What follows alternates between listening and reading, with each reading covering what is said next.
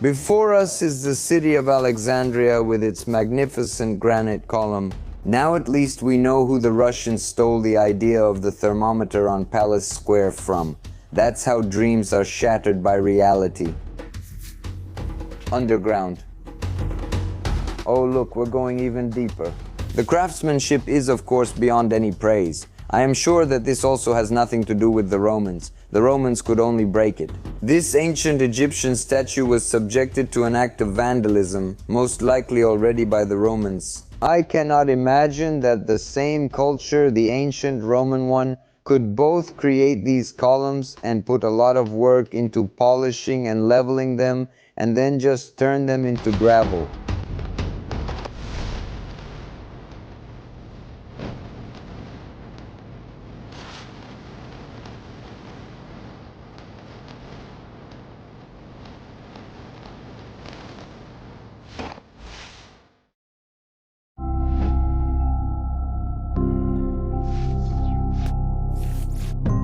Hello friends, you are on the Proto-Civilization channel and I am still, as always, Mikhail Gejko. And we rarely record intros in the car, but in this case we are simply driving along the bay, the waters of which hide from us the city of Herakleion, which was found literally 20 years ago. A huge, stunning, ancient city completely submerged. But the problem is that we are currently in Alexandria, and the entire coastline is a huge naval base. And therefore we have to somehow maneuver between the burning curiosity inside us, to look at least at the bay itself, where not just one city, but actually 3 cities lie at the bottom, packed to the brim with treasures, ships, and everything else. More than 15,000 artifacts have been found there over the last 20 years. And the unwillingness to get caught under an espionage charge. We are trying to do everything we can, but we do not know if it will work out or not. We are driving, looking for a loophole, at least to get through and look at the shape of the bay itself. That is what caused this collapse, fall, submergence. What does the coastline look like? Did a chunk of land just break off there and plop into the ocean? This is incomprehensible to me, especially knowing that on the opposite side of the Mediterranean Sea, there are other ancient cities that are also located at depth. But all these ancient cataclysms, this is of course very interesting. In my fantasies, of course, it all looked different. I thought we would arrive, Alexandria, a resort city, walk to the pier, and there would be a bunch of all sorts of cheerful boatmen who would run up to us and say, Herakleion? Herakleion? Hey, $20, $20. And we will say, no, not $20. Damn, $5. But everything turned out to be completely different. This is just already many kilometers of some 7-meter fence with 7 rows of barbed wire and complete hopelessness around so far. But nevertheless, they say that further ahead, just more industrial zones begin. Industrial zones, and there are, in principle, no cheerful boatmen here. So look, in short, over here, this is like a pier, a real pier, quite a pier. Well, let's go here. We'll park here now. So, friends, well, we already have a filming ban here, so we are undercover. We will get nothing, no Herakleion, that is already clear. First of all, because the sea here is not like the Turkish Sea at all, even though it has the same name. This is murky water, and that is why snorkeling is a bust. That is one. Number 2 is that this is a super military base, and nothing is allowed here, and it is not even allowed to do what we are doing. And 3, the fact that there is no infrastructure here at all. I see only one boat, and I guess that is all. Well, friends, that is how dreams shatter against reality, just like the waves here shatter against these sea hedgehogs. Herakleion will remain out of reach for us for now. But I hope that somehow in the future we will be able to organize ourselves and see why several cities right in this bay sank to the bottom of the sea.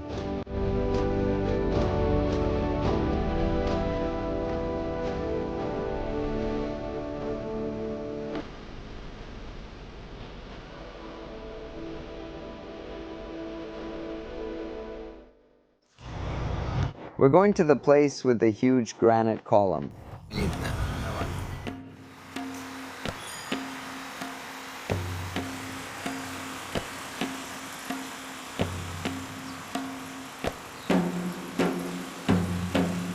Well, here we are stuck again. Almost every time we get stuck at all the entrances because payment for admission is only via Visa or MasterCard, which we, of course, do not have, thanks to our venerable origin. And that is why we have to wait for someone to help us with the payment. And we got through. There are always kind people who help us. So, in front of us is the city of Alexandria, with its magnificent granite column, which we, of course, will also examine completely for compliance of quality with more ancient elements. Look how many granite columns are sticking out over there, beautiful. That's exactly where we need to go.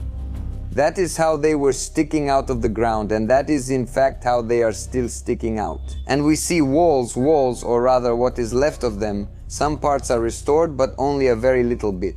There are some sawed-off blocks lying around fragmentarily, but it is already immediately clear that we are unlikely to see anything even close to Luxor here.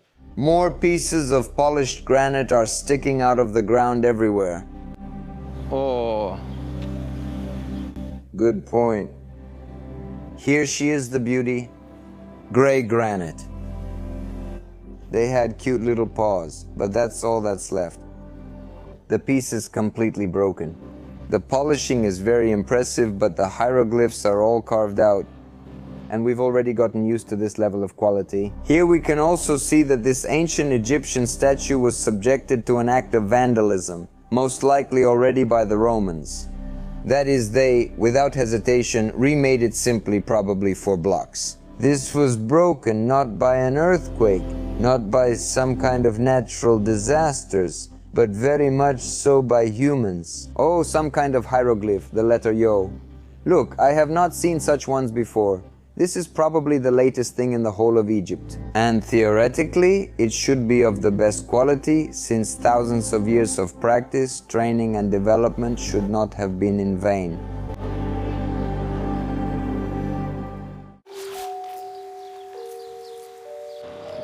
The granite basin from the other side. I would call it luxurious, but here, by the way, is a typical example of outright manual labor. You know how I can tell? There's a vein of a harder granite component here. There are a lot of components here, a lot of each color, each texture, all of it is different. There can be no doubt that this is natural and naturally occurring. But in that place where a harder vein runs through, we see a protrusion. This means that during processing, difficulties arose here, and these difficulties were most likely simply ignored by the sculptor. Everything else was done well. This is quite understandable manual labor on granite. Perhaps this thing is unfinished, but precisely because of this protrusion, it seems as if it is not. As if that was exactly how it was supposed to be in the end.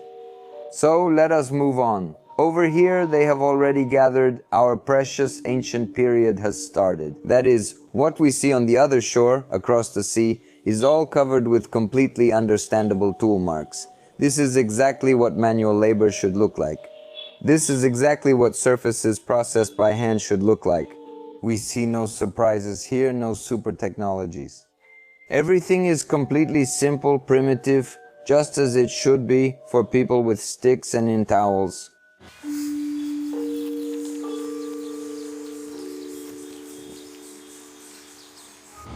Look, here attempts have been made to make granite lids.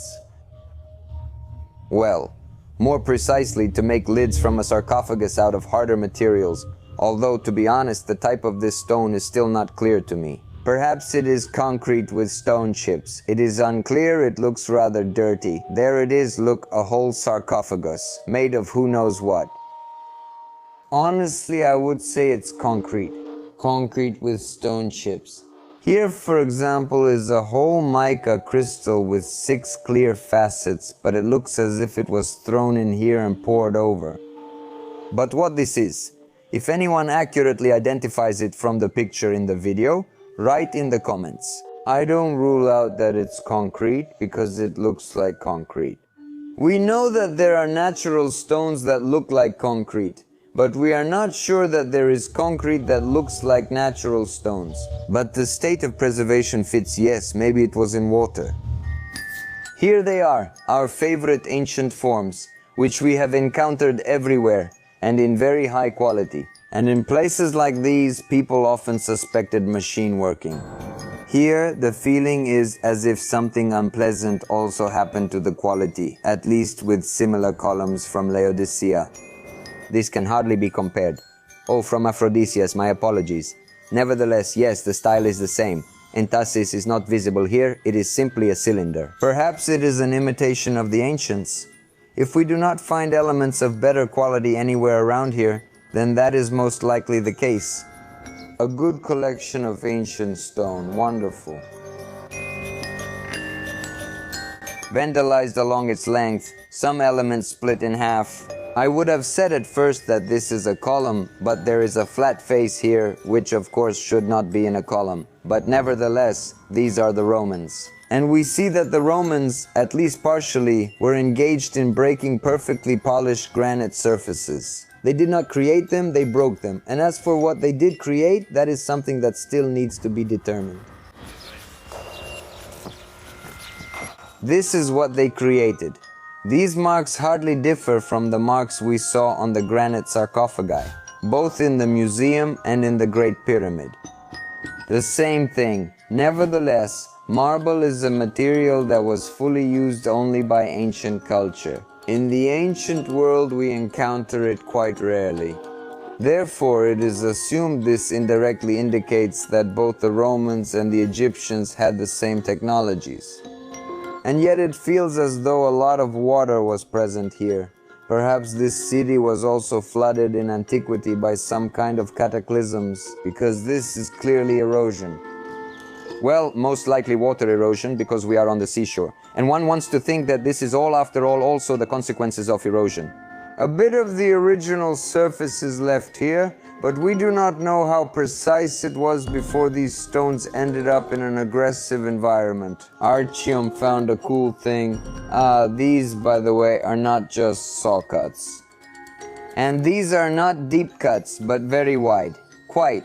How much is here? A 10mm entry hole to a depth of about 10mm. And it goes in like a cone, just as we're used to. But this of course looks less like some kind of advanced technology. But then again, this is marble, which is much less hard than granite. Nevertheless, we see that they made cuts. And the cuts are quite deep. Here the depth is 2 centimeters. Here it is about 1.5. Here it is also about 2. Of course, we understand that sawing a stone by 2 centimeters is not a matter of a few seconds or even a few minutes. Most likely, it takes several hours. And during that time, you should have realized somehow that you were making a mistake. If, of course, the goal was not to saw this column into tiles, but for some reason that goal was also not achieved. Look here, there are more internal marks. That is, apparently they did manage to get some tiles from this column after all. Yes, there were granite colonnades here and even some masonry, not very terrible. But at the same time, buildings made of brick, plinthite and something, well, completely unacceptable were also here, which of course subtracted somewhat from the overall look. And in the best traditions of the Egyptians, there are shafts here as well. And here there are shafts that lead into some kind of catacombs. And maybe we can even go down there. Here we see many layers of dirt under which the worst masonry in the world appears. Thin bricks set in mortar. And everything would be fine, I would not say a word at all, but this is located among polished granite columns. Columns are everywhere with pieces scattered all around. And that is why, well, you must agree, such buildings had a rather unpresentable appearance even in antiquity. Of course, plaster could have given them some charm, but not too much. And most of all, of course, these marks make me wary. The marks. That is, I cannot imagine that the same culture, yes, Roman, in this case already from a late period, most likely both created these columns and poured a lot of labor into them to polish and level them. Well, a lot. That is an understatement on my part. A lot. and then simply turn them into gravel. Most likely, after all, it is someone else's columns that you could turn into gravel, and by no means those that your grandfathers made. Like, seriously, you see they were chopping them into discs, and it is clear that even these discs of theirs broke off crookedly here. And all of this was simply used as rubble backfill. Everywhere. This, by the way, seems to be the base of a column. Luxurious. Not polished, but very smooth. And here we see it also required a lot of labor, of course, to gouge out all these recesses in the granite, but the very level of the act of vandalism is, of course, shocking. Yes, they could not even split it evenly, they could not even mark it evenly anymore, but they tried to make such discs of about 30 centimeters. Look, they are skewed, meaning you cannot use this fragment anywhere afterwards, except as rubble backfill. It will never have any decorative function again, even though this surface must have been worth a great deal. Months, if not years, of labor by some previous generations were simply thrown down the drain. But in general, there are a lot of really cool polished surfaces here, of course.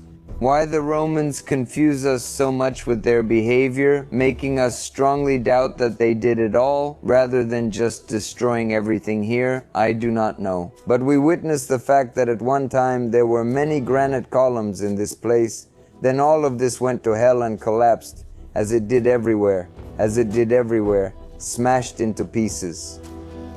Everything became covered with soil, covered with some layers of God knows what, and then pop, here we all are.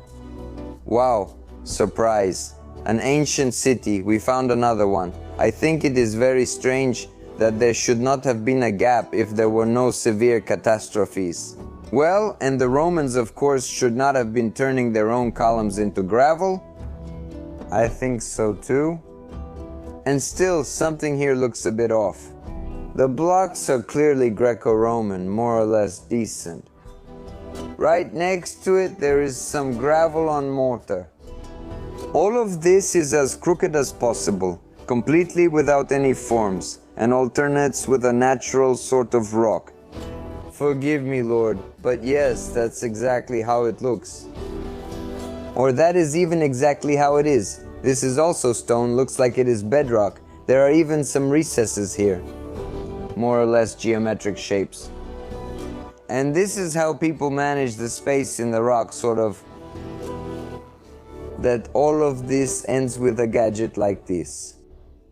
It's very strange, in my opinion. Well, and here we are descending into the Serapeum of Alexandria. We have already been to the Serapeum of Cairo, or rather the one in Saqqara.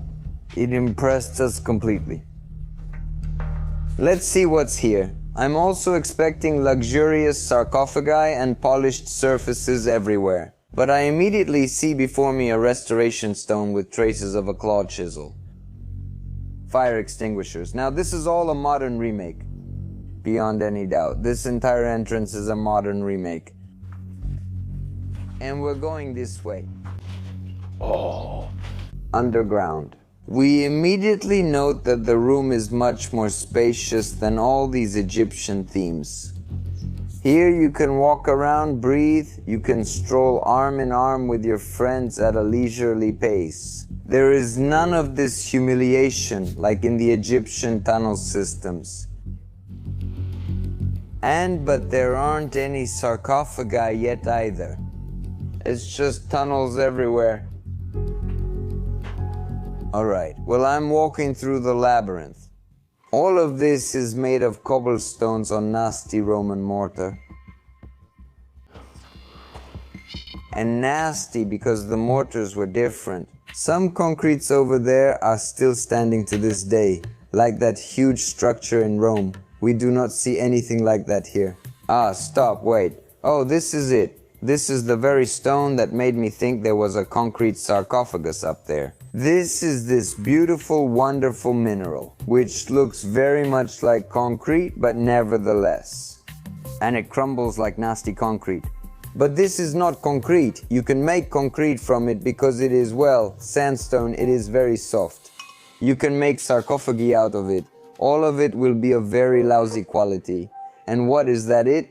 Can anyone explain to me what these letters G are here? Oh, beautiful. And what is this? Do you know what all this is? No, it's water, just water. Ah, the moisture condenses here. It feels as if it is painted in some sort of honey color, but it's just water at first glance. This is exactly where they practiced with concretes. The ancient Romans, I think, because here they took sand. They filled some huge spaces with it, big ones, and then they tried to dig something out here with a stick in these L-shaped spaces. Well, only an urn is placed here, obviously, and a shelf for what? For guts? For some small objects? I would lay out cameras there. And all the shelves are the same shape, or rather the niches. All the niches are shaped like the letter L. What is this? Write in the comments. Even this partially broken piece, nevertheless, is still exactly the same. And everywhere we see a right turn. Exactly a strictly right turn. Surely the guide will be happy to tell us exactly why that is. What kind of tradition is that? But there's nothing for us to do here because this is as low-tech as it gets. But we're looking for something else here. Oh look, we're going even deeper. Now we are at a depth of several meters. Now this is already serious. Is everything here really made of sand too? Slightly solidified? It is possible that this is just how the sand naturally compacted, and that is why it is so damn hard. What do we have here? And this is already limestone, or glued sand. Cemented, unclear, but such structures do occur in sand, yes. Anyway, here is the transition. And I withdraw my assumption, and for the umpteenth time already, right friends? Well, alright, get used to it. About this being some kind of artificial structure. This is a beachside area, so to speak.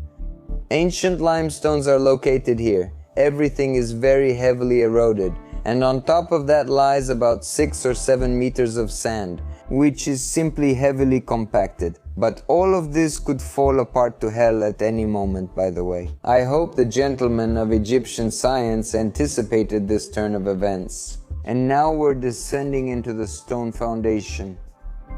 It's made of very poor and loose stone, and we see that the marks on the walls here are not much different from the marks on the granite in some other caves, in some other countries, but they're about the same in depth and intensity.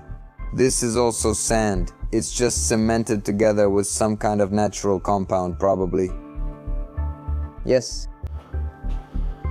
The tool marks are exactly the same. And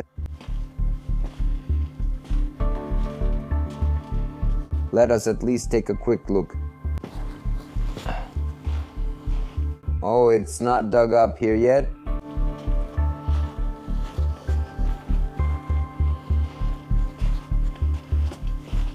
Oh, a restricted area. Alexandria and Serapeum. It ends in a dead end. There are also tool marks. Fresh stuff, so to speak, or what? Here it is again, friends, in short. They simply did not finish digging. Something scared them all away badly. Oh, what fresh stuff we have here. Oh, beautiful. Yeah. It'll all turn into marble in the end.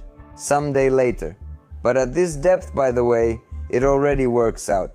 The marks are completely ordinary, natural for a hand tool. It is unnatural that they left everything unfinished. They had thousands of years to keep chipping away at it. But almost everything was abandoned. I definitely haven't seen any completed cities. Completed buildings, well, there were some. Ugh, that is it. Let us get out of here. We have explored the Alexandria Serapeum. Let's go to the column.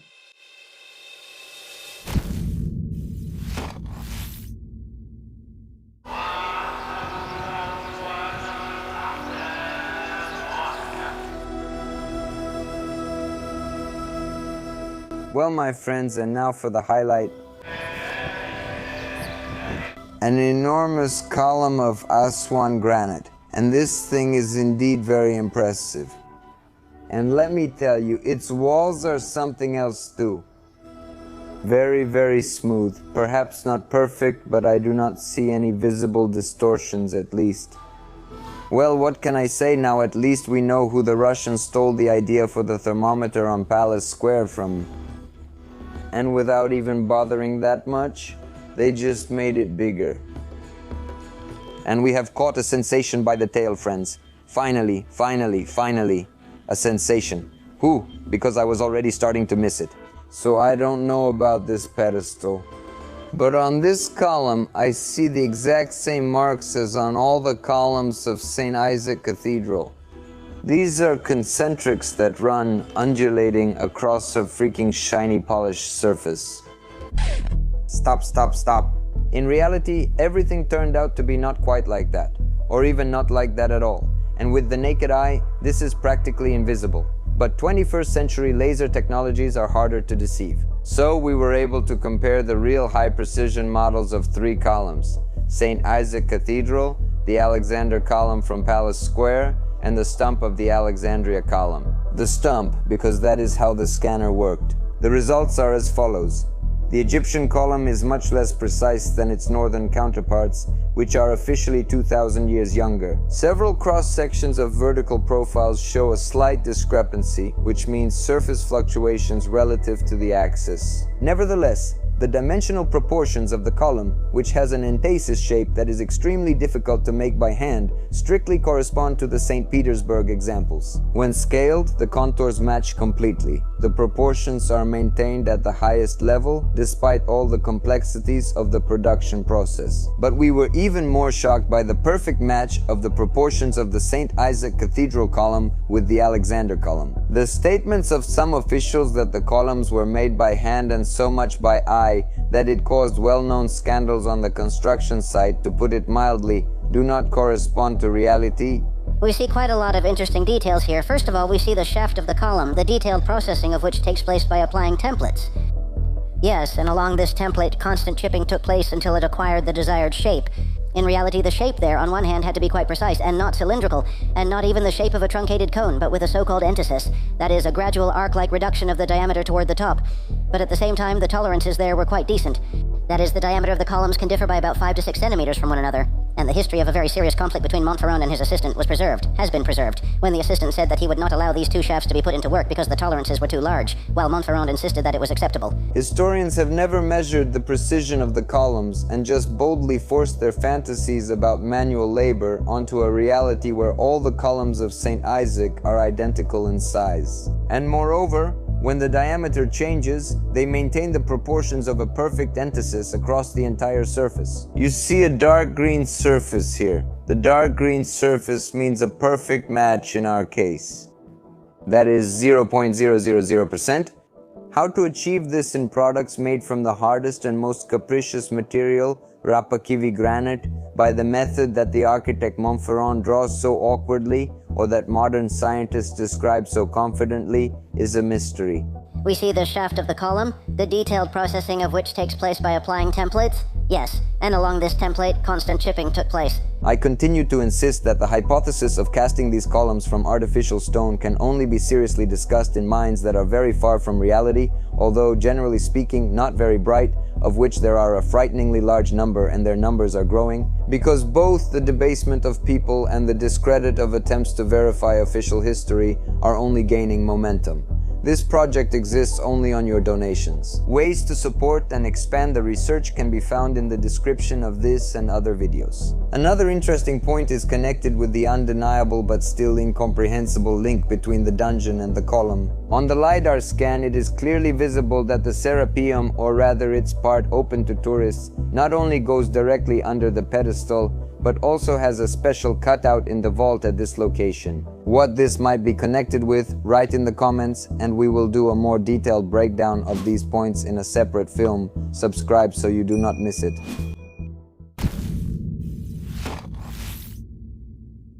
So, and another reminder to my precious subscribers how natural Aswan granite differs from an imitation of natural Aswan granite. This one is natural, this one could be a good, well, standard imitation. And immediately our attention was drawn to Greek inscriptions on a huge column that were either destroyed or left unfinished by someone but look more like destroyed ones. The rectangular base of the column, which as Andrei claims is a whole, an integral part of the entire column, is all covered with some letters, Greek letters. And these letters, it seems to me, were chipped away by someone.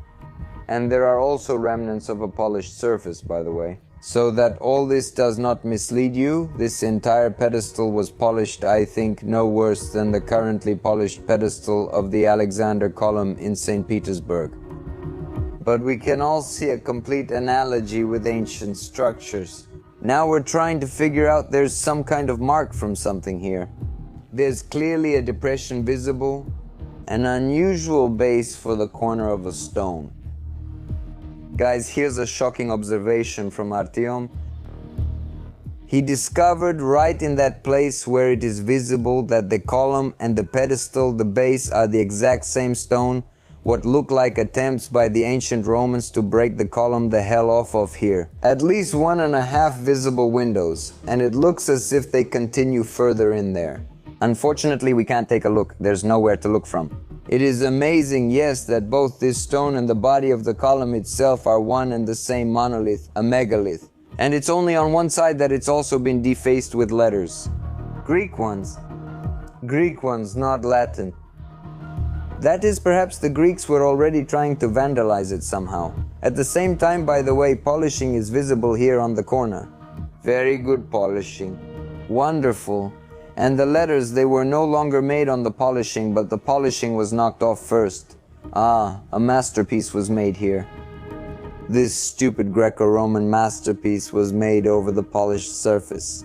And already on top of it, super crooked letters. There is a triangle over there. P-O, something like P-O-H.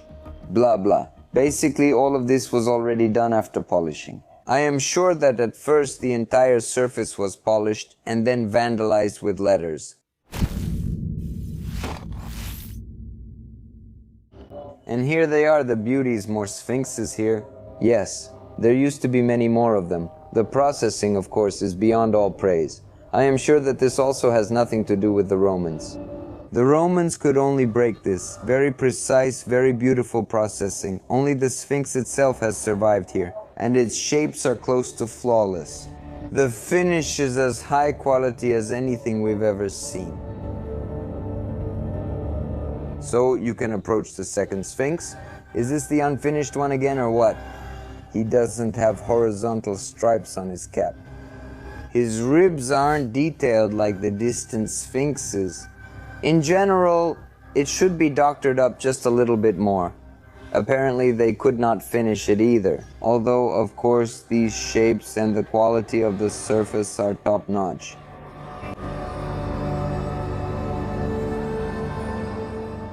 So here at the bottom, I want to show you what Roman columns actually are, so that there is no confusion in your mind. Here they are. This is what they look like. They really exist. That's a fact. We can see it.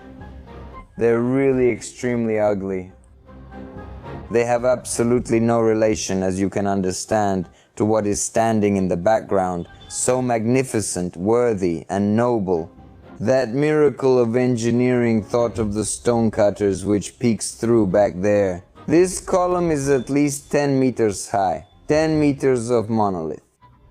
Naturally, it weighs at least 30 tons. I'm sure it's more, we'll check the reference books. And it has nothing in common with this piece of junk. May its creators forgive me, but this is not even a parody. This is just something very, very terrible. At the same time, this is also made of granite. This is also ancient. And there's a lot of it here. Here, we're doing a little overview. That's all for this. Here they are. Here are the crooked Roman columns of different diameters. Different ones. What about the polishing? It's really bad. Everything is really bad. No polishing at all. There are no reflections at all. And most likely it's not erosion. And this really was the kind of processing. It was satisfactory. It was considered acceptable by these friends. And here suddenly cartouches catch our attention. Whether it is Ramesses or not Ramesses, we do not know, but we actually do not care. Here we see that the cartouches are all carved out. The bottom is uneven, not smooth, not polished. This harder fraction of gray, black as they call it, granite, was applied roughly using an impact technique. It is harder than the pink one, nevertheless they were still able to pierce it. Apparently not without effort, because here at the joint there is a significant border that they were unable to smooth out. But you know what is interesting? That this surface protrudes significantly. This surface looks as if it has all been chipped away. Yes, there were also some hieroglyphs here too. Here they are. They are all chipped away. And I think that they are exactly chipped away. That this is not erosion, although I could be wrong. But that is not essential. We can still see that the columns differ very significantly in quality. Here I am keeping this luxurious, perfect, yes, I am not afraid of this word, perfect granite column in the background for you all the time. Here's another good, very good example. Smooth, very smooth surface. But nevertheless, this emphasis is only approximate. You can see that the line is curved, the edges, and that's why this probably wasn't made on a lathe. They created such surfaces in a different way. This is either a blank, or it collapsed, or it was a case of it will do. This one is great, it's marble. A beautiful marble column. It has a nice surface, but it's uneven, you can even feel it with your hand. There's a bump here. There's a bump here and a slight dip here. There's another bump here. There is not even any need to measure anything, to measure precisely. In general, yes, this one is also completely crooked for us. The entire surface. Let me remind you, we are currently drawing a line between a lathe and not a lathe. The lathe-made one is in the background. This gigantic, absolutely stunning thing, in no way inferior to Petersburg in its brightest years. And this, well, it's not bad. Well, not bad. Damn it, they knew how? They knew how. But the shape, of course, is far from any kind of ideal. Yeah, this isn't entasis. You can see a bit of waviness. In principle, we saw the same thing next to the magnificent amphitheater of Mira. There is also a forest of granite columns lying there, made of the same granite. And they're all crooked too, that's very good. Very good. This is marble. Well, again, the shape only vaguely resembles something. Well, although no, here I already have doubts. No, it is crooked. Right here I can feel a protrusion directly with my hand, a convex part. Here's a hollow, a flatter surface right here. So a dent, basically. Everything that is not visible to the eye, mostly because of the light, is perfectly read by hand. Here is a flat surface again. Here is a flat surface again. That is, here the entire surface consists of flat surfaces. Here it is another flat surface. It's just, well, an obvious flat surface. The surface of this column is obviously crooked, despite the fact that it is smooth. There you go. Things like this happen, my friends. It makes you wonder, how could they spin a lathe like that in antiquity? Well, I continue to think that this is the limit of the capabilities of the ancient civilization that built everything here. Although this is also really cool. Very cool. Maybe it was stolen, but most likely it wasn't. But this surpasses everything else here by a long shot. And yet, we can see a mix of classical and Egyptian culture here. So, what do we have here? By the way, everything here is very well done. This is polishing, this is carving. There are no impact marks here. Well, at least right here, maybe there are. But to be honest, this surface is somehow more recessed or something. More like it was damaged. At least they could have loosened the hieroglyphs themselves, because here they are cut very clearly and neatly. Here, it's already a mess. And the duck, well, at the bottom it is not readable at all anymore. Not readable. Well, maybe it is erosion. Here, a piece shines through into a polished one. But otherwise, this entire exhibit made of black granite, it is of course very good. Super. Cool. Top marks. And an A. It's got everything, even the ribs. Here they are, the ribs. You can really feel the ribs. And here they are, these beautiful lion armpits sticking out, still sharp to this day, holy cow. In general, everything is very geometric, everything is very beautifully detailed, and there were many of those here.